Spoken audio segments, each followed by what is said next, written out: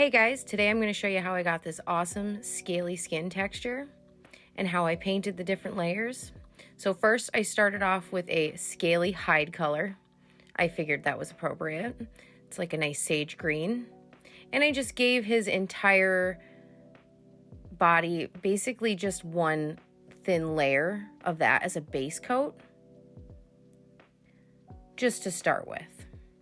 And then I used the Airgrax Earthshade wash, and I just went in all of the little lines, all of the little cracks and crevices in his skin, just to bring out a little more detail.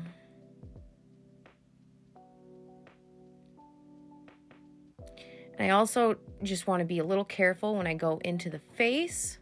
I do want to highlight that, but I don't want to get too much near his eye. You don't want it to pool and make a big dark spot there. We're going to go in later on and paint that pretty neat. I even want to get it kind of in his gum line and on his teeth because that's also going to come in handy for later.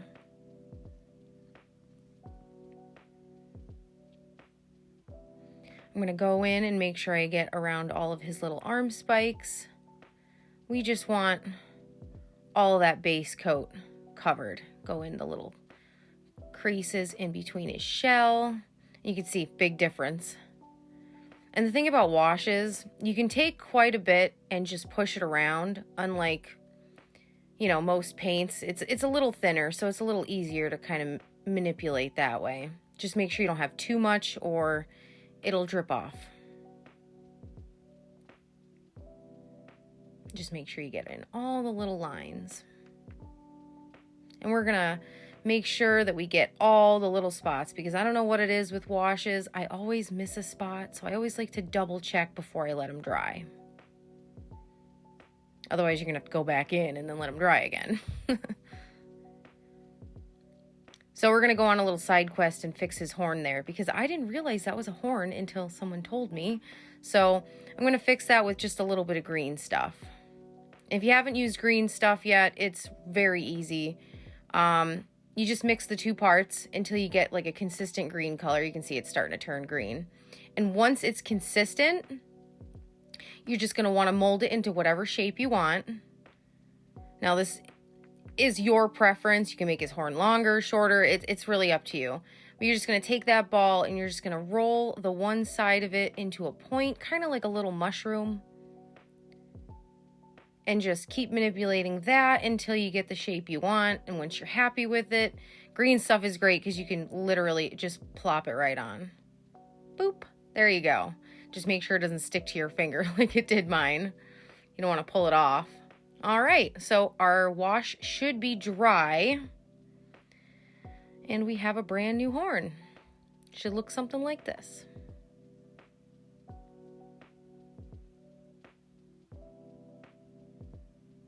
Nice scaly dinosaur, huh? All right, and scaly hide. I know you guys know that's one of my favorites. We're just gonna go back in and dry brush him very delicately, just because I don't wanna put too much. I don't wanna get that lighter color back into the creases where I put that wash. So I'm just gonna take my time with a very, very light dry brush at first. And it's okay to take your time with this part because you definitely don't want to put too much on. You'd have to redo the steps we did before. So just take your time, and if there isn't enough, just keep going over it until you're satisfied with the color. You can see here I got a little bit more paint, and I'm a little happier with that. Plus, we want to highlight his belly and stuff because, big old dinosaur dragging his belly across the earth. He's going to be dry and dusty as well as scaly. I just want to make sure I highlight all of those little skin folds, all those little points of interest, anything that sticks out that should be kind of interesting. I'm going to make sure I highlight his face, of course. Just be very careful because it's such a small area. You don't want to get too much paint in that area.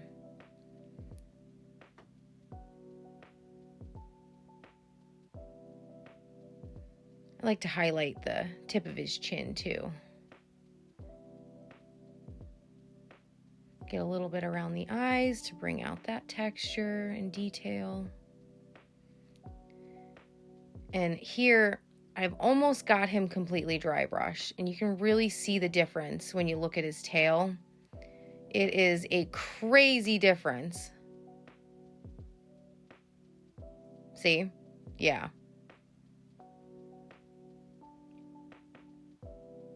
So once I've got him all dry brushed, all evenly coated, all the little highlights and things highlighted, we're going to use another one of our favorite colors, a nice bright pale green. So this is actually one of the colors I used on his shell in the earlier video. We're going to give him a nice little dinosaur manicure. And just highlight all of his fingernails, his toenails, all of his little spikes everywhere, just like we did the ends of his shell.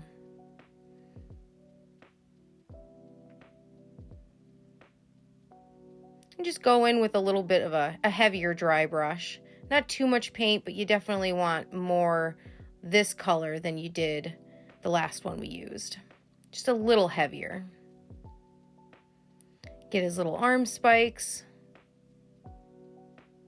Doesn't have to be perfect, just get it kind of generally blended around that area. You could blend a little bit on top of his knuckles and things like that. That's okay.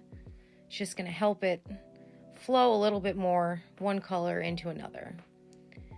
And I'm actually going to take this pale bright green and I'm going to highlight some of his stomach and all of his little skin folds and things like that on top of the other green we used. So that's just going to make it pop just a little bit more, just to give you a little more depth.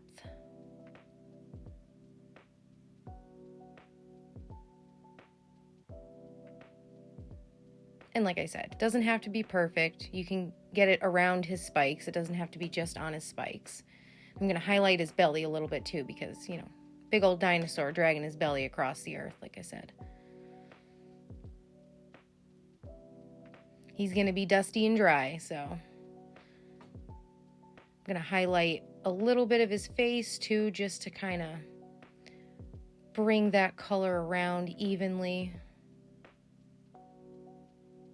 Get a little bit near his eyes, not too much. Like I said, you want to be careful around the eyes with a lot of paint. And I'm going to highlight his little chin spikes, just like I did his toenails and arm spikes. And just do your best to get in there. As long as it's a light dry brush, like I said, it doesn't have to be perfect. Subtle is almost what we're going for. We just want a little bit brighter than subtle. So he should look something like this once you're done with that color. All of his little toenails and fingernails painted, his little arm spikes, they all have a brighter green so they pop. You want to just pay attention to those little details. So after that, we're going to go in with our quantum green, which is like my favorite yellow color. I know it looks green, but to me it's yellow. Don't ask me why. We're just going to go in and we're basically going to use the same thing that we used on his shell. Like how you just highlight the tip and just dry brush and work your way up. Just blend upward. Just wiping off a little bit of paint each time just so you can go up a little bit lighter each time.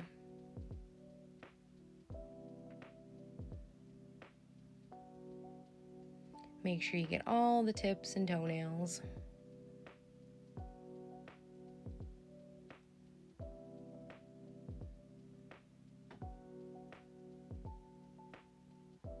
That should make them stand out even more. Plus, it helps his shell colors flow around him nice and evenly.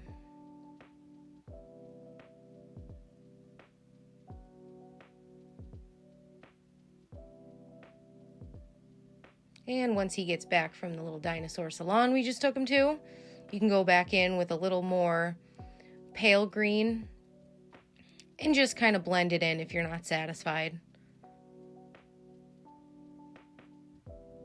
And he should look something like this.